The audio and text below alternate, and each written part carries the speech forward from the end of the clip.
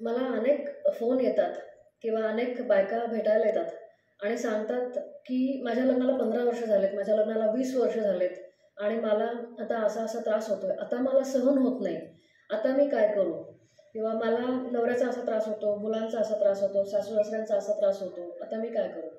तर बेसिकली हा प्रश्न जेव्हा 15 वर्ष तुम्ही सहन करताय किंवा 20 वर्ष सहन करताय तेव्हा तुम्ही येता.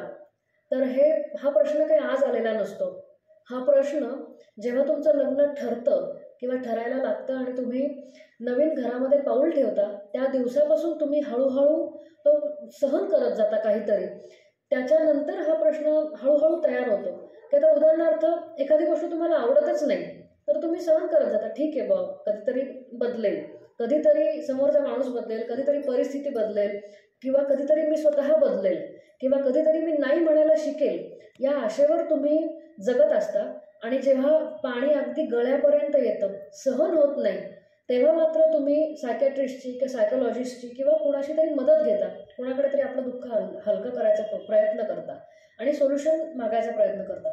तेव्हा एक गोष्ट करायला हवं, इथे मी फक्त बायका किंवा फक्त पुरुष यांच्याबद्दल बोलत नाहीये, तर दोघांनीही ऐकण्याची गरज आहे की पहिल्यापासून हे करायला हवं की तुम्हाला नक्की काय आवडतं, काय आवडत नाही, तुम्हाला काय चालतं आणि काय चालू शकत नाही आणि तुम्ही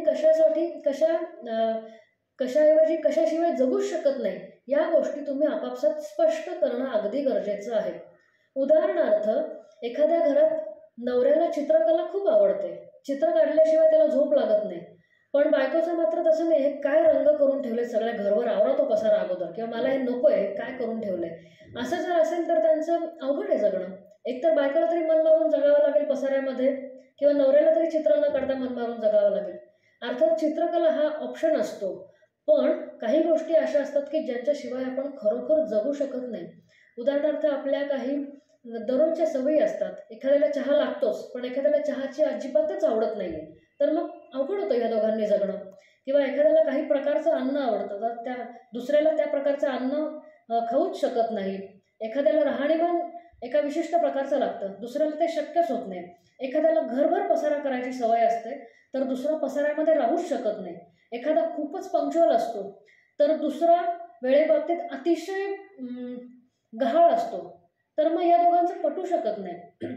तर कृपया जेव्हा लग्न ठरेल तेव्हाच या गोष्टी क्लिअर करून घ्या. मला काय आवडतं, काय आवडत नाही, यापेक्षा मला काय चालतं आणि काय अजिबात चालत नाही हे तुम्ही एकमेकांशी खूपच स्पष्टपणे बोलून घ्या. पण ठीक आहे, आता तुम्ही बोललेले नसाल आणि लग्न झालं असेल तर मात्र आता काय करायचं? तर आता ही वेळ गेलेली नाहीये. तुम्ही कृपया तुमच्या जोडीदाराला सांगा की हे झालं बाबा, आपलं लग्न झालेलं आहे, आता आपण विभक्त तर होऊ शकत नाही आणि या गोष्टीसाठी आपल्याला वेगळं व्हायचं नाही, तर आपण थोडंसं ॲडजस्ट करू. ही गोष्ट मला अजिबात चालत नाही, तू तू प्लीज तू अवॉइड करशील का? किंवा तुझी ही गोष्ट, किंवा मला काय चालतं आणि काय चालत नाही हे तुम्ही प्लीज बोलून घ्या.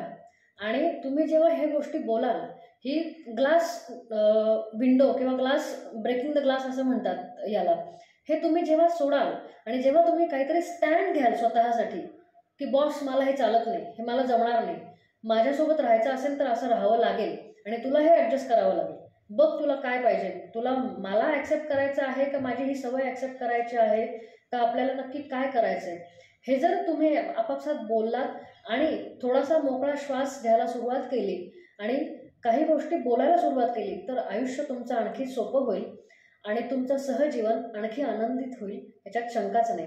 धन्यवाद.